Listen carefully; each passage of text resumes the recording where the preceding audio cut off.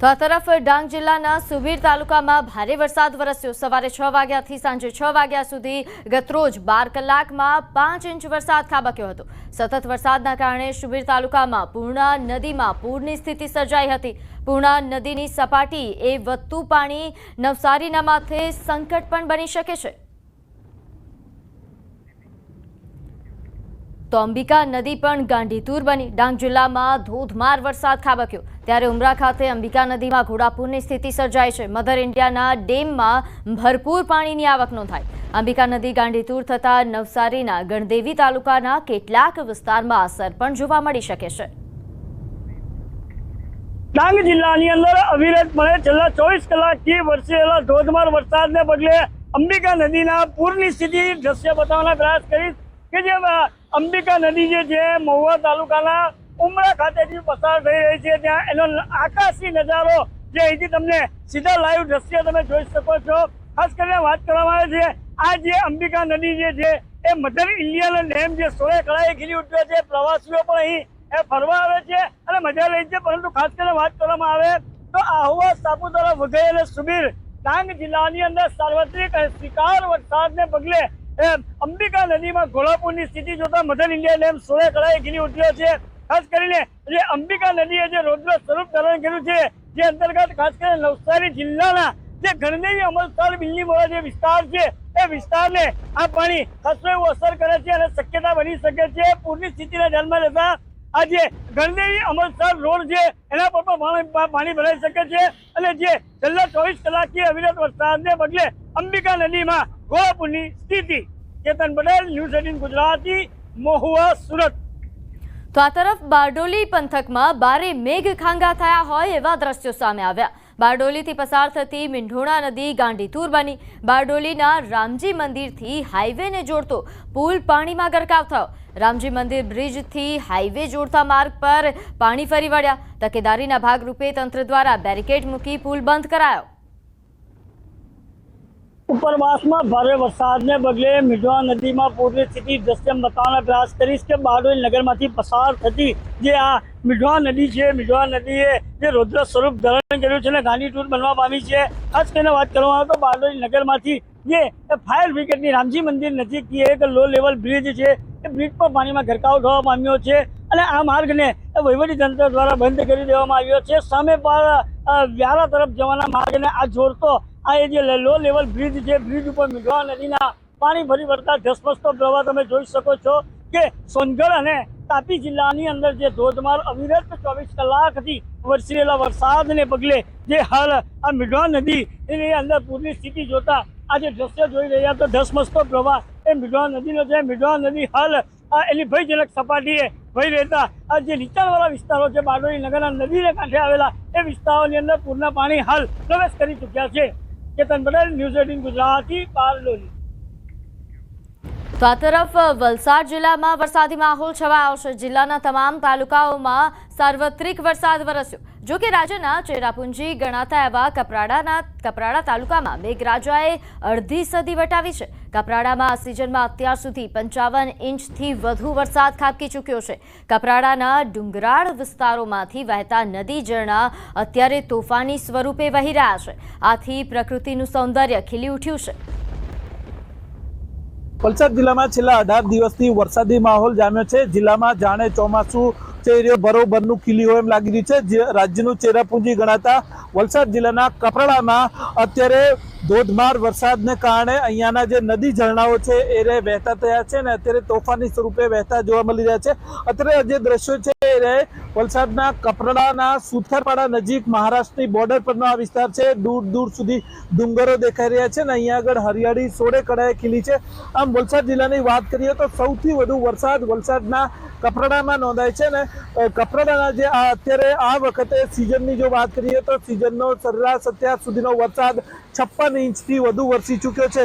આમ વલસાડ જિલ્લામાં કપરાડામાં વરસાદે અડધી સદી ક્રોસ કરી છે અને હજુ પણ આગામી સમયમાં વલસાડ જિલ્લામાં ભારેથી અતિ ભારે વરસાદની આગાહી છે એને કારણે વલસાડ જિલ્લા વહીવટીતંત્ર એલર્ટ મોડ પર છે। પરંતુ જંગલ વિસ્તારની અંદર આ રીતે જે હરિયાળી ખીલી છે તેને લઈ અને પ્રવાસીઓને અહીંની સુંદરતા આકર્ષી રહી છે।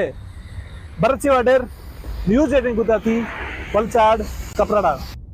તો દક્ષિણ ગુજરાતમાં પડેલ ભારે વરસાદ જેના કારણે હાલ જે દ્રશ્યો સામે આવી રહ્યા છે, ખાસ કરીને સુરત, નવસારી, ડાંગ અને વલસાડમાં પડેલા અતિ ભારે વરસાદ અંગે સાંસદ ધવલ પટેલે જણાવ્યું કે કલેક્ટર અને જિલ્લા ડિઝાસ્ટરની ટીમ સાથે સંકલન કરવામાં આવ્યું છે, જ્યાં જ્યાં જરૂર પડી ત્યાંથી લોકોને સુરક્ષિત સ્થળે ખસેડવામાં આવ્યા છે।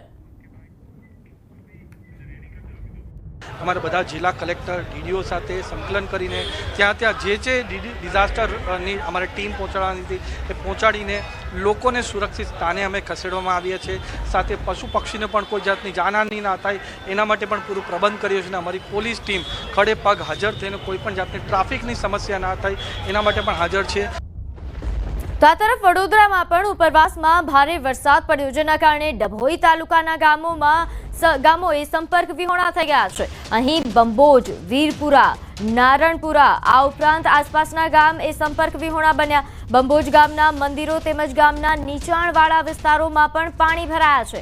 અહીં ડંગીવાડા, પ્રયાગપુરા, નારણપુરા તેમજ મગનપુરા, વીરપુરા, બંબો, કરાલી, પુરા, અમરેશ્વર જેવા અનેક ગામોના મુખ્ય માર્ગો પર પાણી ફરી વળ્યા।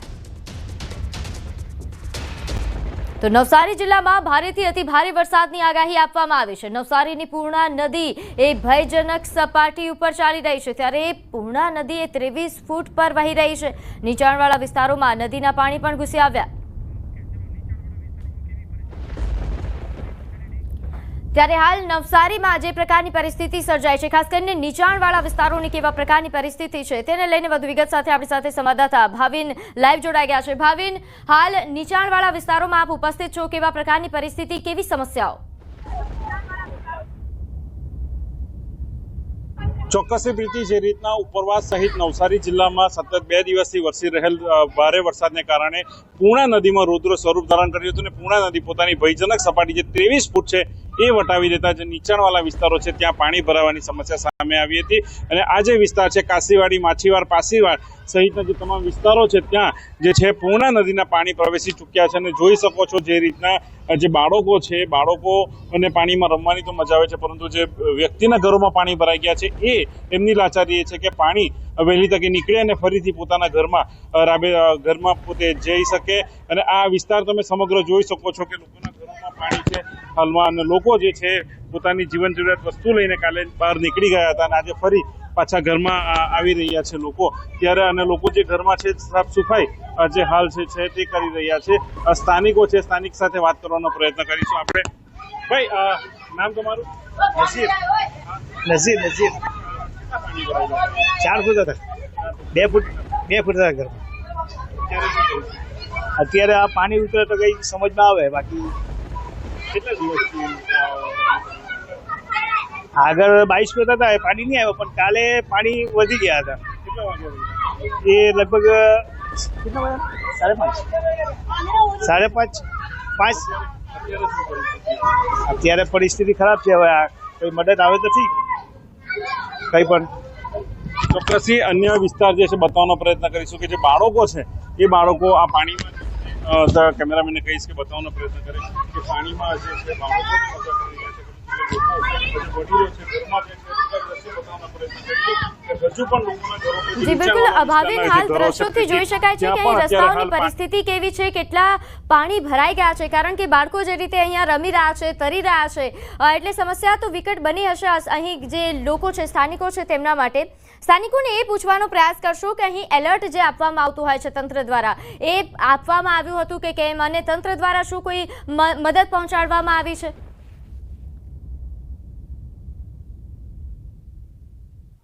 પ્રીતિ, આપણી પાસે બીજા સ્થાનિક છે એમની સાથે વાત કરીશું। જે વડીલ છે, વૃદ્ધ છે, એ એમના ઘરમાં અત્યારે ગોઠવણરૂપ પાણી છે।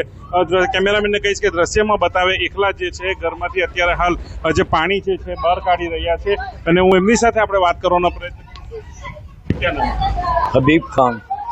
क्या परिस्थिति थी, कितना पानी भर गया, तंत्र ने कोई मदद की है कल? कोई मदद नहीं, खाली वो मॉल में बैठे थे, वहाँ पानी खाना ऐसा आया था। खिचड़ी आई थी आज सुबह में, पानी ने चाय ने पौवा आए थे अभी सुबह में, सौराब बाग के अंदर आया था।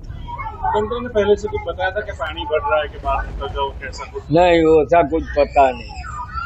कोई जाया नहीं था। कितने साल से ये समस्या है?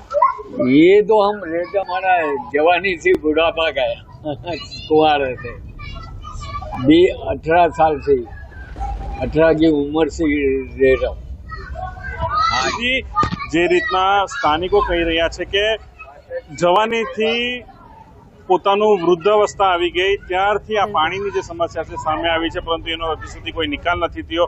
તંત્રએ આગોતરી કોઈ જાણ કરી નહીં હતી, પરંતુ જ્યારે પાણી ભરાવાની શરૂઆત થઈ ત્યારે સ્થળાંતર કરવામાં આવ્યું હતું અને એમને ત્યાં જ જે એક હોલ છે નજીકમાં ત્યાં રાખવામાં આવ્યા હતા। બીજા જે દ્રશ્ય છે હજુ પણ જે નીચાણવાળા જે વિસ્તારો છે એટલે કે ખાસ કરીને હજુ એવા કેટલાય ઘરો છે કે ત્યાં હજુ પણ જે પૂર્ણા નદીના પાણી છે નવસારી જિલ્લામાં હજુ પણ ભારેથી અતિભારે વરસાદની આગાહી છે।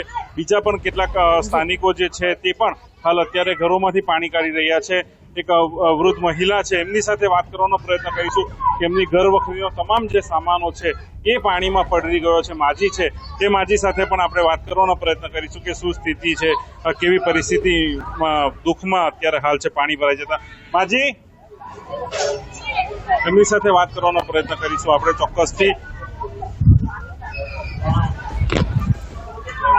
हाँ हमीदा बीबी अफजल से था बोलू ने तेज छे बेटा अमारू घर छे। हाँ आटला आटला पानी आओ खतत एटला भरे ऊंचो थाके आओ खततला भरे हाँ रे आव थरा धोका छे। ચોક્કસથી જે રીતના ઘરોમાં બેઠી તો જેટલા પાણી પ્રીતિ ભરાયા હતા અને એવું હાલ સ્થાનિકો જણાવી રહ્યા છે। બિલકુલ આભાર માહિતી આપવા બદલ। તો હાલ જે રીતે સંવાદદાતાએ દ્રશ્યો બતાવ્યા, નીચાણવાળા વિસ્તારોની સ્થિતિ બિલકુલ કપરી બની છે, કારણ કે લોકોના ઘરમાં પાણી ઘૂસી આવ્યા છે, જેના કારણે તેઓ હાલાકી ભોગવી રહ્યા છે। તો નવસારી જિલ્લામાં ભારેથી અતિભારે વરસાદની હજુ પણ આગાહી છે। હાલ નીચાણવાળા વિસ્તારોની પરિસ્થિતિ આપે જોઈ કે લોકોના ઘરમાં પાણી ઘૂસી આવ્યા છે, હજુ પણ અહીં વરસાદ વરસી શકે છે।